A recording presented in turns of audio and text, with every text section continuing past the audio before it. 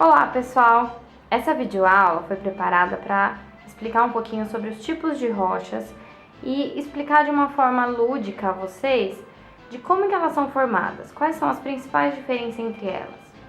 Então, a gente vai falar primeiro da rocha magmática. Então, a rocha magmática, ela é também chamada de rocha ígnea. Então, ela possui dois nomes.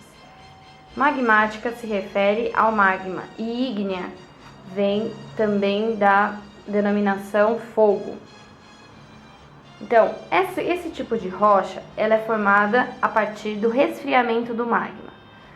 Como que acontece?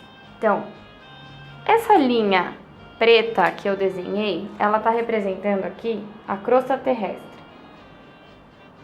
Essa crosta terrestre, ela pode ser lisinha, assim como eu desenhei, mas ela pode ter algumas montanhas ou algumas depressões. Aqui por cima pode ter a água, onde está ocupando o oceano. Então, essa casquinha aqui toda é onde a gente vive, onde que se encontra a litosfera.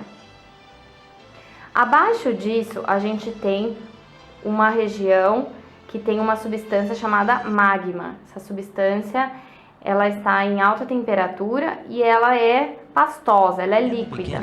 All rocks on Earth were igneous, or fire-formed.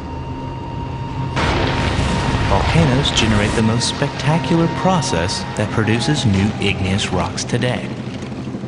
Volcanoes deliver rocks to the surface. Esse magma, então, essa substância, ela pode vir à tona. Então, ela pode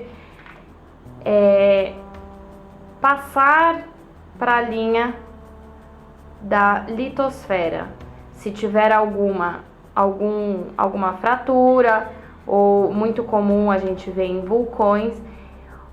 Então, quando esse magma atravessa essa linha e se derrama aqui na litosfera, esse magma se resfria e com o tempo ele vai se solidificando, formando as rochas magmáticas. Uma outra forma da rocha magmática ser formada é quando ela se resfria aqui um pouco antes de romper essa barreira aqui da litosfera. Então ela vai se resfriando muito mais lentamente do que essa rocha que extrapolou a litosfera. Essa rocha que fica mais no interior e mesmo assim se resfria é chamada de rochas intrusivas. Vamos ver de uma forma lúdica como que acontece esse resfriamento do magma. Então aqui, para demonstrar o magma, então a gente vai imaginar esse magma caindo. Na verdade ele está vindo do interior da Terra, né, e não de cima para baixo como eu estou representando. E ele vai se resfriando. Conforme ele vai se resfriando, ele vai endurecendo. E é isso que a gente vai observar aqui.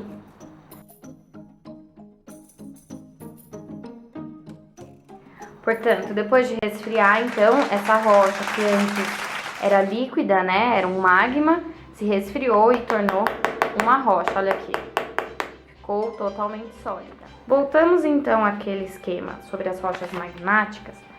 Então, recapitulando, então elas são formadas pelo resfriamento que o magma tem. Essas rochas estão sujeitas a agentes do intemperismo. O que é intemperismo? Então, são agentes como chuva, vento, ondas, vão desgastando a rocha magmática e outras rochas também, tornando-as em fragmentos menores. Estes fragmentos menores a gente chama de sedimentos. Então, esses sedimentos serão levados pelo vento ou pela água mesmo para outras regiões, formando o que chamamos de rochas sedimentares. Igneous rocks form and is exposed to weathering effects of wind and rain and heat and cold. Small chips and bits and pieces are broken off and washed down to the sea, or river bottoms, or lake beds. Estes fragmentos, vindo de outras regiões, vão sendo depositados e formando rochas sedimentares. Então, esses sedimentos aqui que eu tô representando pela areia, ele está sendo trazido de outra região e sendo depositado em cima do solo, em cima de uma rocha.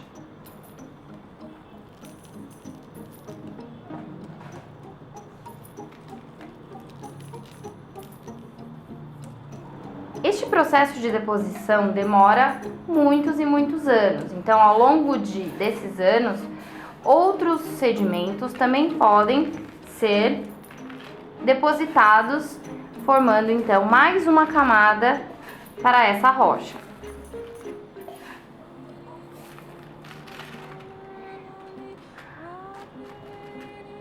Então, essa diferença entre a composição dos sedimentos, então vai formando camadas sobre essa rocha. Além disso, fatores ambientais como o vento, a chuva, seres vivos que estão por aqui, também podem modificar esta superfície, estes sedimentos, fazendo com que eles fiquem de cores diferentes. Então, por isso que rochas sedimentares é muito comum encontrarmos essas camadas. Nesse processo de deposição de sedimento, também podem ser depositados aqui pedaços, vestígios de seres vivos, como eu estou colocando aqui essa folhinha. Então, estes seres vivos, esses fragmentos de seres vivos que são deixados nessas rochas, ao longo de muitos e muitos anos, vão sendo formados os fósseis. Então, os fósseis, eles são esses vestígios de animais, plantas ou outros seres vivos que são deixados nesse tipo de rocha, nas rochas sedimentares, e que com o tempo, o material que compõe este ser vivo, que compunha esse ser vivo, vai sendo substituído pelo mineral da rocha. Então, este fóssil nada mais é do que este animal, este vestígio de ser vivo que foi petrificado. Então, é muito comum encontrarmos fósseis em rochas sedimentares. Então, se a gente quer encontrar fóssil, a gente deve procurar nas rochas sedimentares, onde há deposição de materiais, inclusive de restos, vestígios de seres vivos. Revisando então, as rochas sedimentares são rochas formadas pelo acúmulo de sedimentos. Então, são rochas que encontramos os fósseis e facilmente reconhecida pelas suas diversas camadas. Sandstone, shell, and limestone are the most common forms of sedimentary rocks, and sedimentary rocks are constantly being recycled. At the surface, they are all weathered away and form new sediments. But if they are buried deeply, even more interesting changes can occur. Heat and pressure and time can cause the atoms in the rock to rearrange themselves into new and denser materials. Graphite will convert to diamond if it is buried 100 miles down. Rocks that have been changed since they first formed are called metamorphic rocks.